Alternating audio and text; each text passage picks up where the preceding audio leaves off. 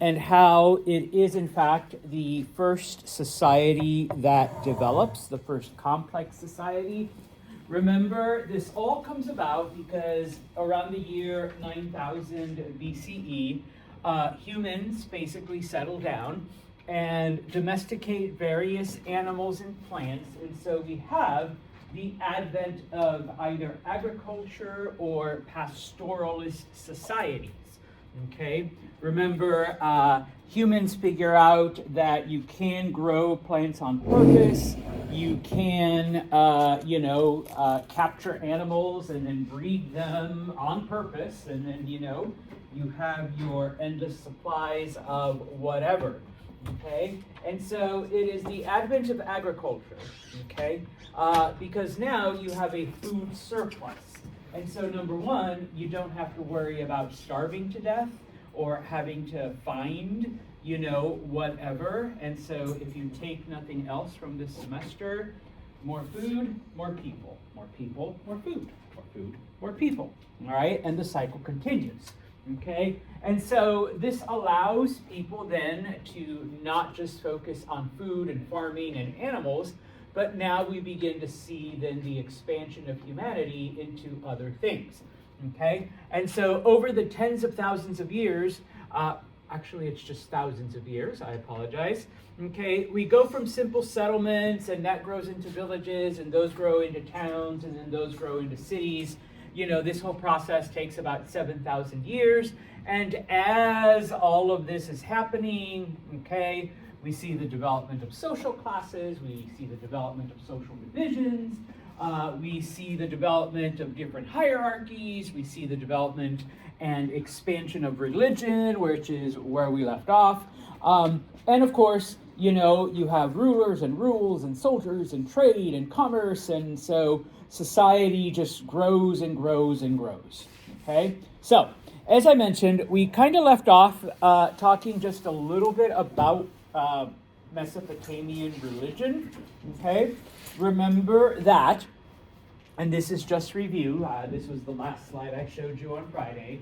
Pardon my Mesopotamian, but the gods were assholes, okay? They controlled everything, and it was your job, humans, to try to keep them happy. And so we have, of course, different festivals to celebrate the advent of a new year, the advent of a new season, the fact that we didn't die in the winter, or hoping that we don't die in the upcoming rainy season, okay? You do need to know the Z word, all right, because I am going to ask you what's a ziggurat, okay? Mesopotamian temple or Mesopotamian worship place type of thing, okay? Now, okay, where we get most of our knowledge of this, okay, because once again, a lot of Mesopotamian history does occur during prehistoric times, but, and we'll talk about writing in like 2 minutes, okay? But with the advent of writing, okay, we get a story known as the Epic of Gilgamesh, okay? Gilgamesh being one of the kings in Mesopotamia. And if you've never read the Epic of Gilgamesh, it's supposedly the oldest written novel. Maybe it's the oldest one that has survived, whether it was literally the first or not, obviously we can't be sure. But I had to read this in high school, okay? Now, one of the things that we get, okay, is this perspective into the view of society. And one of the first things that we learn, okay, is that the people were polytheistic, okay? It is a P word you have to remember, okay? Does anyone know what polytheism means? Yeah, right here. Yes, you believe in multiple gods, in many gods, okay? Now, one of the things that, for a lot of students, no offense, okay, is that because most of us, have been raised in a monotheistic culture, it's hard for us to imagine that people would believe in a multitude pantheon of gods. But please be aware that 10,000 years ago, most cultures were polytheistic. That was the norm. Okay? Monotheism, the belief in just one God, was very, very rare. There was like one society. Okay? We'll talk about them in about 2 chapters. Okay? But that was it. Okay? And so,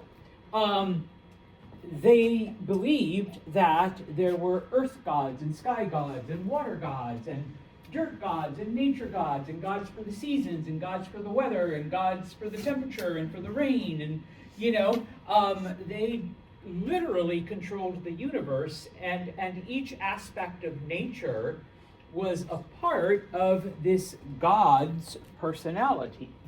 Okay? Now, it just so happened that the gods also had the jealousies and the shortcomings and the spitefulness and the emotions that we do, okay? Except with supernatural powers, all right? And so it is the job of humanity then to stay on their good side, okay? To please them so that, our winter wouldn't be so damn cold. All right. Obviously, we have pissed off the god of winter or the god of snow or whomever because this winter is getting a little bit too long. Okay, type of thing. And I think the rat saw its shadow, so 6 more weeks of winter. All right, type of thing. Okay, so one of you or all of us have really pissed off the winter gods or the snow gods or the cold gods or, whomever. Okay, and so yeah. We try to keep them happy. Okay? Now, a little bit more about, Mesopotamian society before we move on into some of the other things. Okay? Because as, we see this growth. Okay? And I think I mentioned it on Friday. Everything started off with, we have a warrior king. Okay, where basically the strongest or the best hunter, all right, is in charge. Okay, might makes right. All right. Now, over time, of course, that changes. Okay, and so at some point we get the system that most of us are familiar with. Okay, it isn't the strongest person who becomes king. It's the king's oldest son who becomes king. And when that person dies, it is their oldest son who becomes king. Okay? And when that person dies, their oldest son, and it continues. Okay? And so little by little, rulers are exalted, okay? Because obviously you have to be pretty special.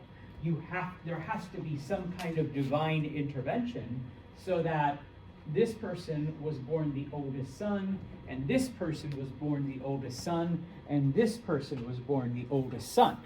Okay? And so, because there is something special about our rulers, common people, no, you keep away. You can't come near them. All right? And as I said on Friday, the Egyptians take it one step further, okay?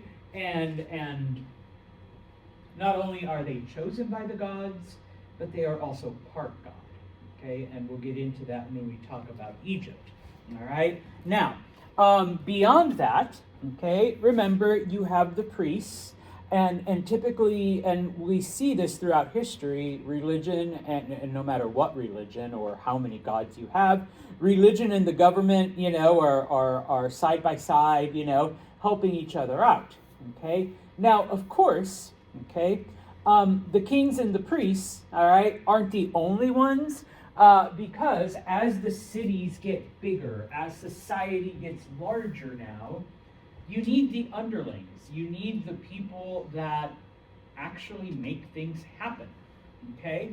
And I typically compare it to if you go down to City Hall, all right, because you need to, pay your property tax, the mayor doesn't come out and say, "Thank you so much, Oliver, for paying your tax. I'm just going to put it right here." and go. No, there's some kind of secretary, there's a clerk, there's, the office of whatevers, okay? And so little by little, we see the building of what we call a bureaucracy, or the bureaucrats, basically the underlings that, take paper A and give it to Secretary B, and, from there, it just moves on, all right? And then, of course, the rest of society, number one, was made up of, we call them craft workers or artisans, okay? Your blacksmiths, your carpenters, your bricklayers, the ones that have specialized skills, okay, that, require some kind of training or education. And then at the very bottom, you just have your average worker, where you don't really need any kind of special skill, okay? And then, of course, at the very bottom, and this includes farmers, okay? And then at the very bottom, you do have slaves, and we'll talk about slavery as well, okay? Now, we also see the development of family roles and family values during this time. And so basically, men, you provided, you protected, you hunted, you worked. Ladies, once again, I'm sorry, cook, clean, make babies. Okay, that was quite literally the extent of a woman's role. Oh, and by the way, if you're going to have babies, could you make sure that they're boys? Okay, why were male children preferred? Male children pass down the family name. Yeah, not only the name, but what else? Profession. The profession.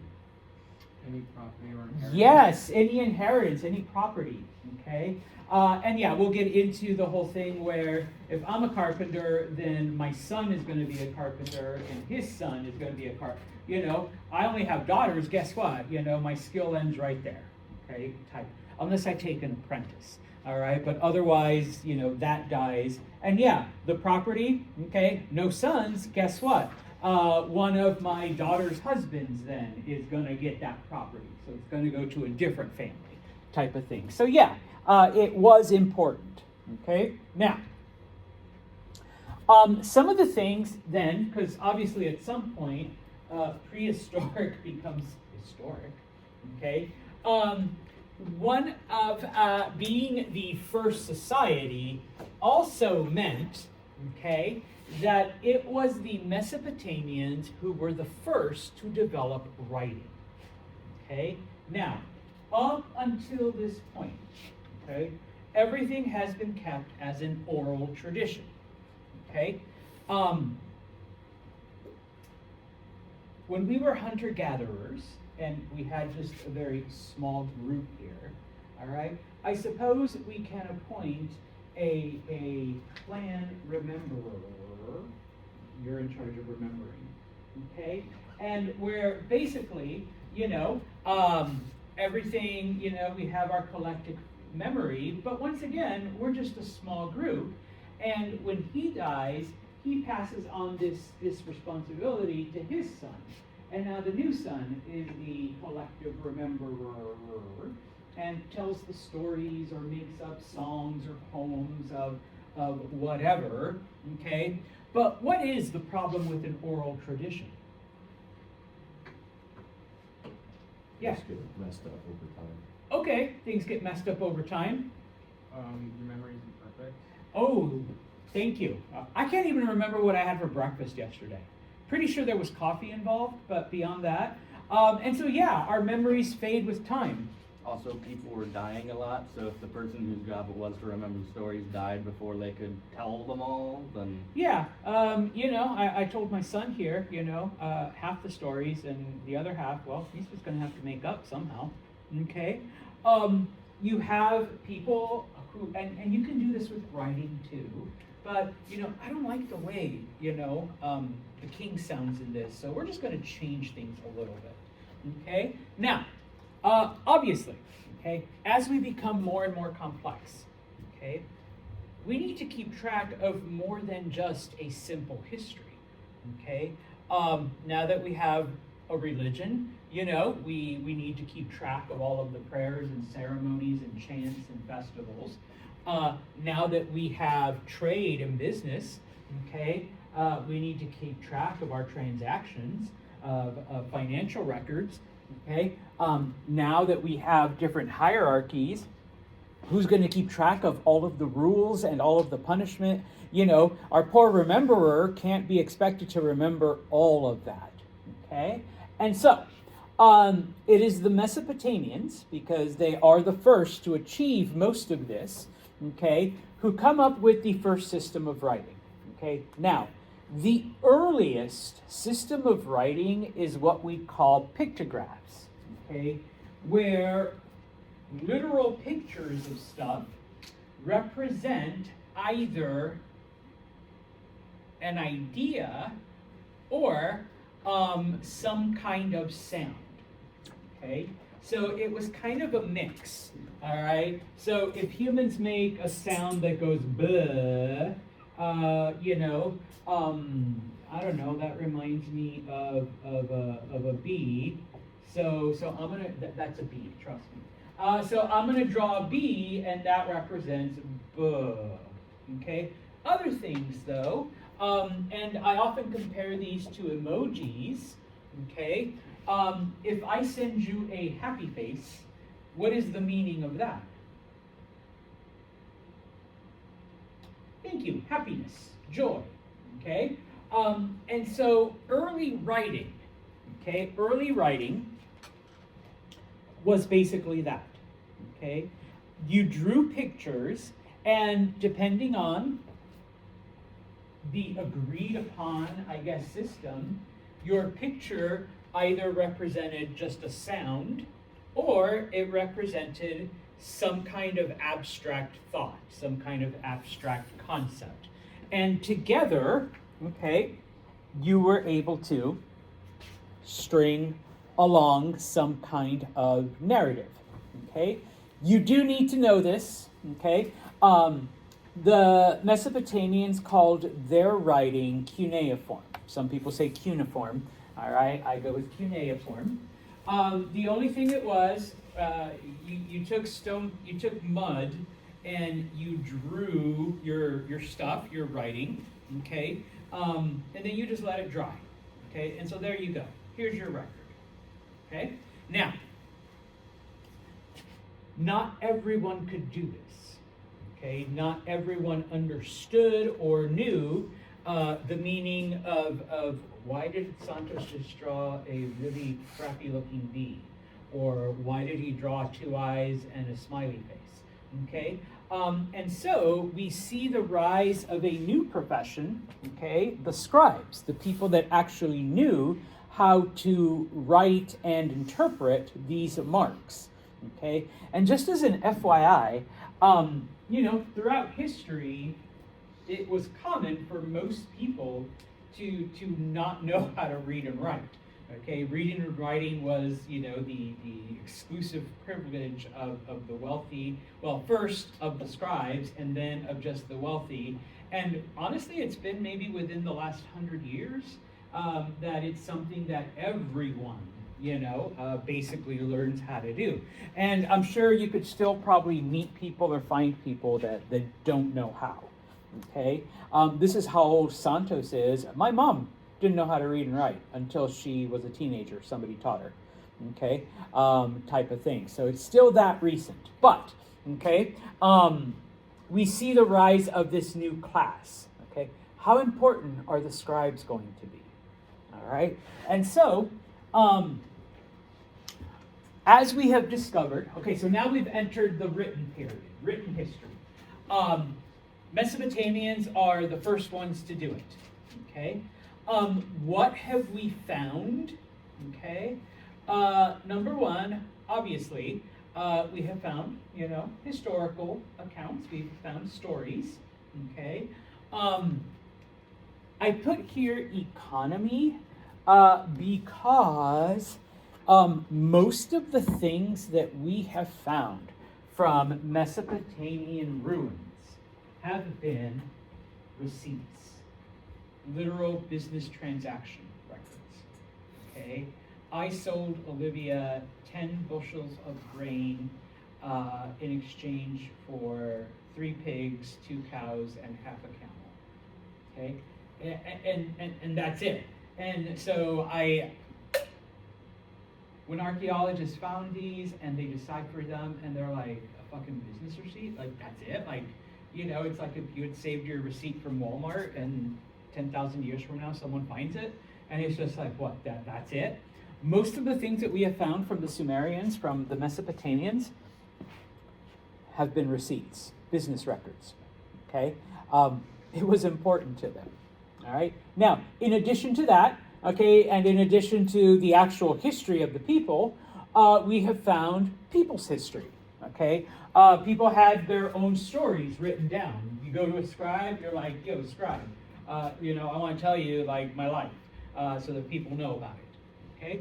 In addition, this is also where people kept track of some of their religious ideas, okay? And so some of the tablets we have found,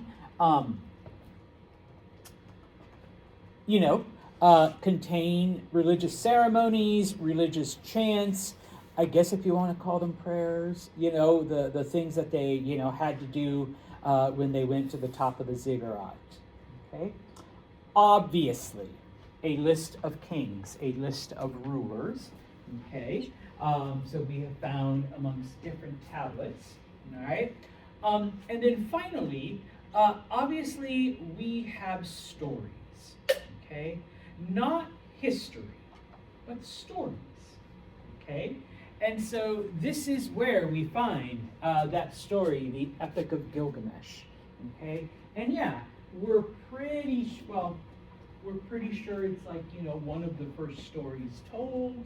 Whether it's the oldest, well, you know, it's the oldest written one. At least it's the oldest written one that has survived to our time.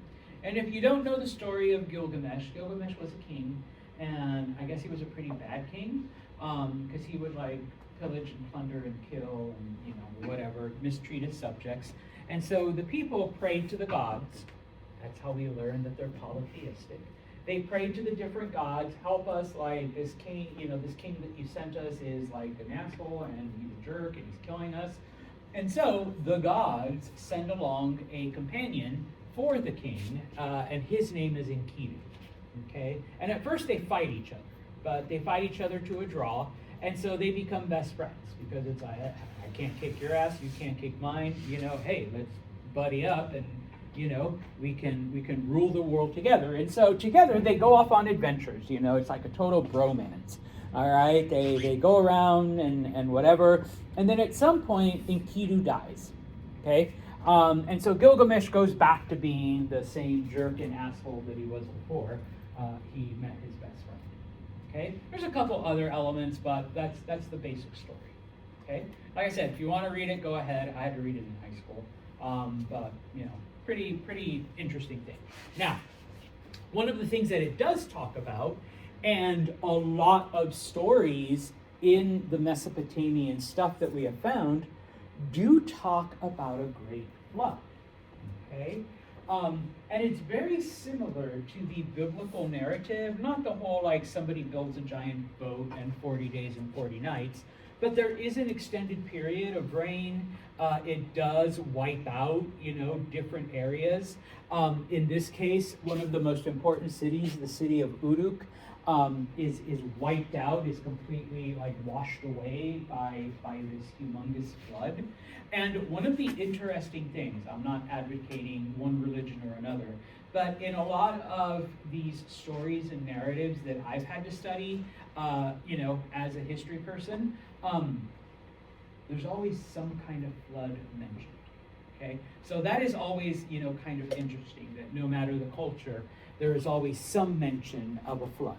Well, they pretty much all developed around river valleys, so floods Yes. would happen a lot, Okay, and they would and be destructive. and in this case, yes, there are differences. The Sumerian, the Mesopotamian narrative, it's not a worldwide thing. Okay, yes, it's a very localized thing, and so obviously we've got a future historian here.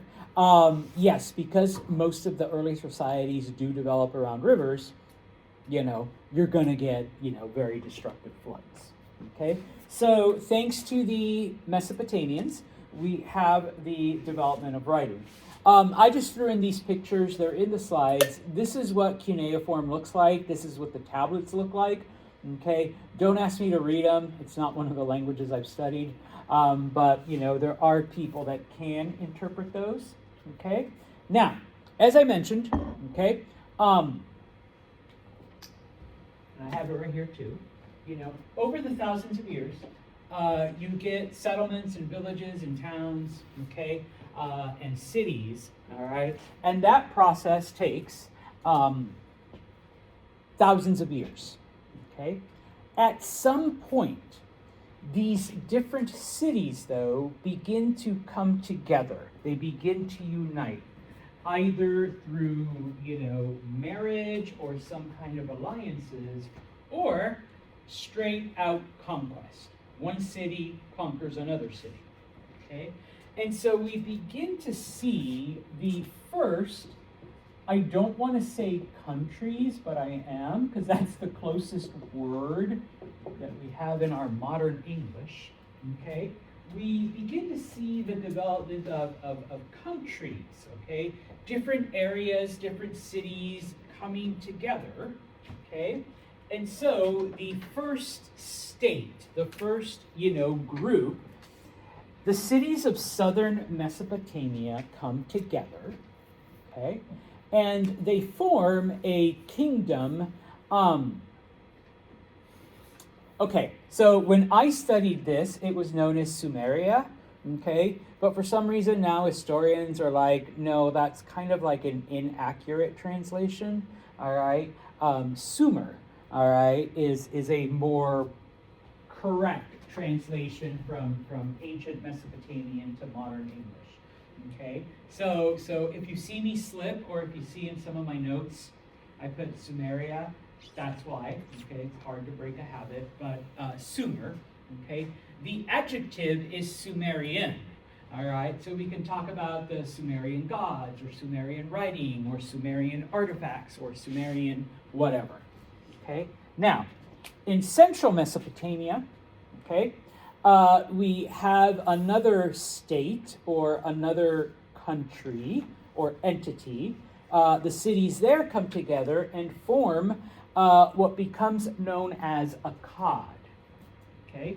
And so once again, the adjectives, the descriptive word, Akkadian, so we have Akkadian ruins, Akkadian rulers, Akkadian writing, Akkadian whatever, all right? Now, promise I'll come back, okay? So, the purple is Sumer, the brown is Akkad, okay? Now, finally, okay, one of the rulers of Akkad is a man known as Sargon, okay? History eventually refers to him as Sargon the Great. And I will ask you, why? Well, because he is the first, quote-unquote, big-time conqueror, okay? Akkad takes over the entire purple, and eventually, under Sargon, it takes over everything that's inside the brownish line, okay? So he's basically like the first, big-time conqueror. It isn't just, okay, we took over a city, we took over this little piece of land, okay? We took over this entire other kingdom, this entire other country, and then we turned around and went north and took all of this over here, and we brought it together under one person, okay? So that last part moves along within just a few hundred years.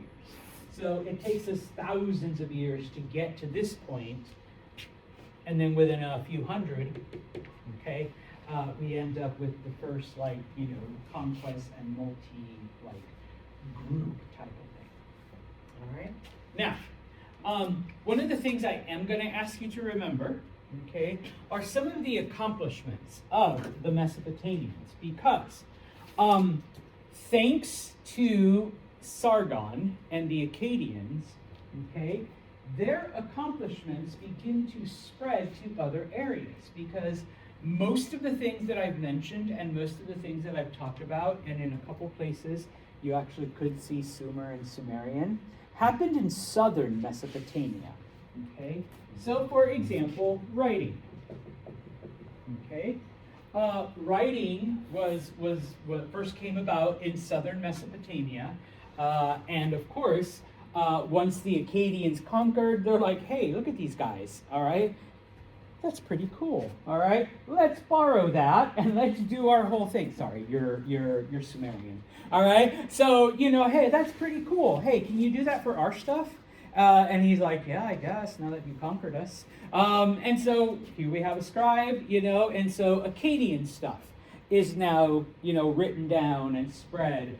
And honestly, this is one of the reasons why we can still translate the old Mesopotamian stuff, is because as other cultures conquered the area, they're like, wait, what's that you're doing? Oh, can you do our stuff too?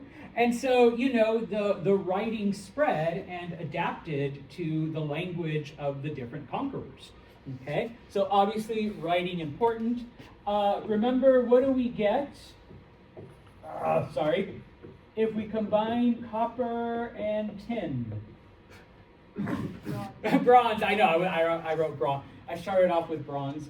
Okay, yes, you do need to know the recipe for bronze. Okay, that was also a Mesopotamian thing, specifically southern Mesopotamia. All right, but eventually the secret does get out. So the Akkadians had it, okay, because, you know, the secret kind of spread to other people. But it is the Mesopotamians, okay, that came up with it. As I mentioned, okay, the wheel, all right, it was the Mesopotamians that came up with the wheel, okay. Now, I'm not going to get into all of the specific art and literature and art, you know, but, you know, if you want to throw some of those things in, yeah, you know, the first stories, the first, buildings, you know, the ziggurats, the first temples, you know, type of thing. Okay? Now, one of the things that's not in your textbook, but I guess that's why I get the big bucks. Okay? No, not really. But one of the things that the Mesopotamians came up with, and once again, specifically the Sumerians, was they were one of the first to reckon and keep track of time. Okay? Because we can talk about, like, oh yeah, you know, Oliver in Three More Suns, like the third time we see the sun right there, we're going to go hunting, okay, type of thing, all right, or whatever. Now, number one, it was the Mesopotamians who first realized that, if anyone saw the moon last night, it's actually quite big and pretty, okay. Does anyone know how long it takes for the moon to complete one entire cycle? I've had students go like a month, and I'm just like, okay. Like 28 days. Thank you, Ivy. All right, yes. Yeah, we're going to drop all kinds of knowledge. Okay. It takes the moon 28 days to complete an entire cycle. So full moon to full moon, crescent moon to crescent moon, you know, however you want to, you know, reckon it, whatever. Okay, it's 28 days. Okay. Mesopotamians are the first to recognize that. Okay, and so they're like, all right, so, you know, we can create this unit of time. Now, some of the earliest, like, divisions into months and things like that were based on the moon. Over time, over the thousands of years, though, they also realized that there was a pattern to like not only weather and floods and seasons, but where the sun was up in the sky, which obviously they couldn't explain. That's the sun. You know, the Earth orbiting around the sun type of thing, and that the phases of the moon didn't quite match up to the overall thing. Okay, this is a lot for like 10,000 years ago to you know, observe stuff like this. okay? Which is why some cultures do follow a lunar month. That's why we call it a lunar month, 28 days. Some cultures follow it, but it never quite adds up because, you know, around the sun, okay, it throws it all off. Which is why those of you, or if you recognize, you know, certain things, they call it the Chinese New Year, but it's the Lunar New Year, okay? It's always at different times because it's based on the orbits of the moon, okay? Same thing with holidays like Ramadan. It's always at different times of the year because, or it moves because it's based on the orbit of the moon, okay? Type of thing. So it doesn't always match up to the solar, all right? So, but what about smaller bits of time, okay? The Mesopotamians developed something that is called base 12, all right? They based their timekeeping, their much smaller timekeeping thing, on units of 12, all right? How many seconds are in a minute? 60. 60, which is 5 times 12. How many minutes in an hour? 60. 60, once again. How many hours in a day? 24. Divided by 2? 12. So 212, okay? And they realized that they can divide this bigger thing by about 12, but they didn't quite understand how they could make it. We'll save that for the Romans. 8,000 years later, okay? But I look at my watch, and I have an old school one, okay? Some of you might have an Apple Watch or something digital, or you can look at your phone, okay? Have we come up with anything more accurate or better than 12s and 60s? I mean, you all just told me, 60 seconds in a minute, 60 minutes in an hour, 24 hours, which is 2/12s type of thing, okay? In 11,000 years, we still can't beat what the Sumerians, the Mesopotamians did. I know, I get chills because I'm a dork that way about history. I honestly agree with them deciding on using 12, because I've looked into it because I'm a nerd. 12, for being such a small number, is divisible by a lot of things. So you can divide up an hour in a bunch of different ways, a bunch of different fractions and such. Yeah. And so that's probably why they decided on 12, because And why no one's come up with anything better. The Romans went with base 10 when it came to months. we have 10 fingers. That's Yeah, pretty much because, why. yeah, because but even like Julius Caesar realized, it really doesn't work. It was Caesar who added 2 extra months. Can you guess which 2? July, gotta name it after yourself, and August, after his nephew, Augustus. Okay, yeah, I know. And you know that there was 12, I'm sorry, I'm nerding out now, because September, Sept, 7, October, Oct, 8, November, Nove, 9, and December, Deca, 10. Type of thing. So, we just stuck it in the middle. But people tried to base it on 10, keeping time, when metric became the standard, because metric is base 10. It's just all by tens. It didn't work. All right, it's like it fucked up, people's watches and time. So yeah, all right. I'll have to delete that F word from the video. But anyways, all right. So just before we've got about 10 more minutes. So we'll start with Egypt, and we'll continue. We'll continue with it on Wednesday. Okay. Now, Egypt follows pretty much the same early pattern as the Mesopotamians. Okay. You do get the hunter-gatherers. You do get them, figuring out that you can grow crops on purpose and you can, reproduce animals and all of that. But it happens a little later, okay? It happens about, 3,000 to 4,000 years later, okay? So by the time the Egyptians do this, okay, the Mesopotamians have been at it for a while, all right? Now, So around the year 4000 BCE, we begin to see, these little, the first, towns and villages spring up along the Nile, and yeah, they grow food, more food, more people, more food, more people. Not everyone has to be a farmer, and so we have our basket maker and our blacksmith and our carpenter and our, wagon maker and all of that. And I know I'm hurrying through it because I already talked about it over here. Okay, now, unlike Mesopotamia, once a complex society develops in Egypt, it only takes them a couple hundred years to come together as, quote unquote, Egypt, as one giant state. Okay?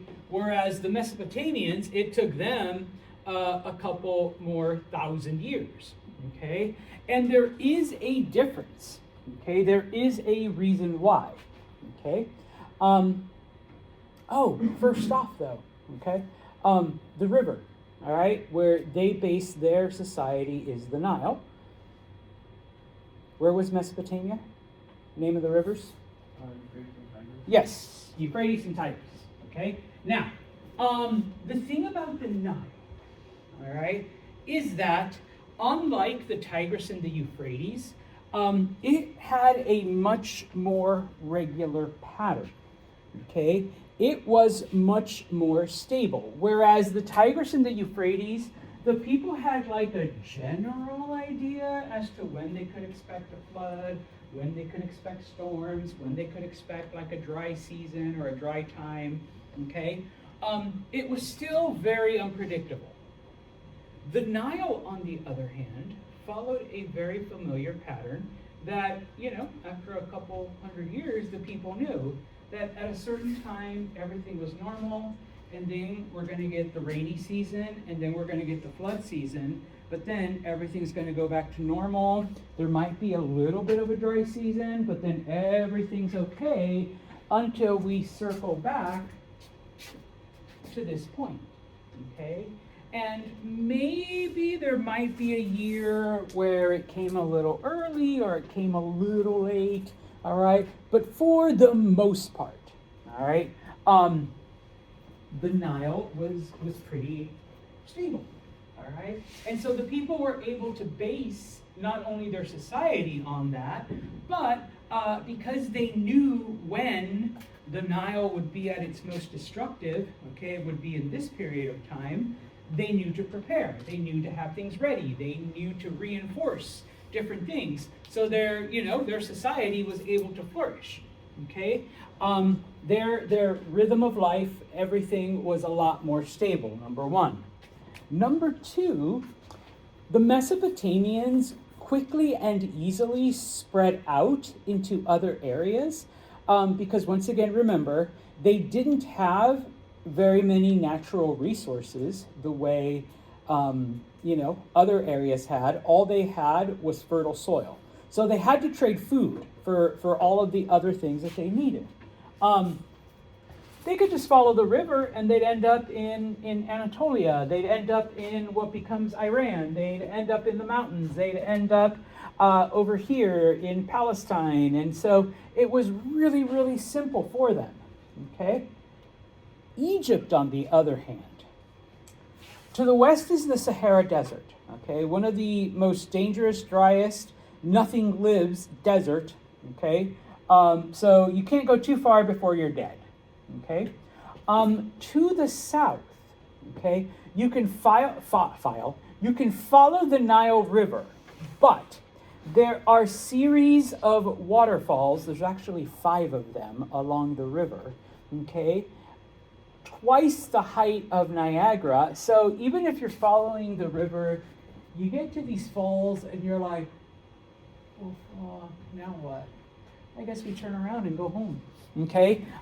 It took hundreds of years, before anyone attempted to get past the first. And then suddenly imagine, you're like, yay, our ancestors couldn't do it.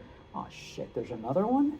All right, and then a third one? All right, come on, you've got to be kidding me. All right. In fact, you know, the Nile doesn't get explored until like the 1700s type of thing, all the way like where it actually ends up because of these waterfalls. So everything stayed right here. The only exit, but Santos, they could have gone on the ocean. Well, they didn't have boats the way we remember. We're talking like 8,000 years ago. All right, rafts, you know. So yeah, they had some contact through here. You know, they could go to Palestine and maybe encounter some Mesopotamians or other cultures. But for the most part, the Egyptians were stuck in this area. Oops. And so it brought them together much quicker. Because if you can't go out into other places, areas, you know, have other influence, well, yeah, then you turn inward, okay? And so they become a state or country, all right, much quicker than they do in Mesopotamia, all right?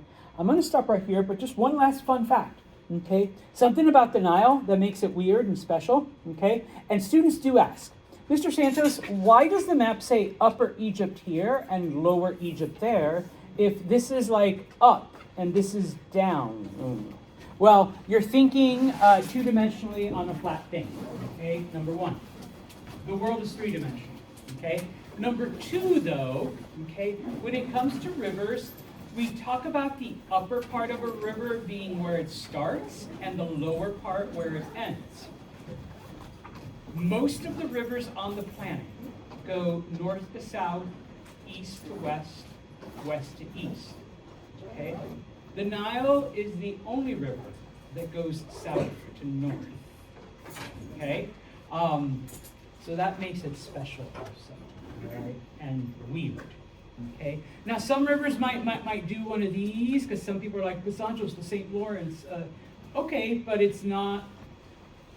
It does one of these kind of things and then empties. Okay, other rivers, you know, like this or like this. The Nile is the only one that goes like this. Okay, so yeah. All right, guys, stay warm. Remember, there is an assignment.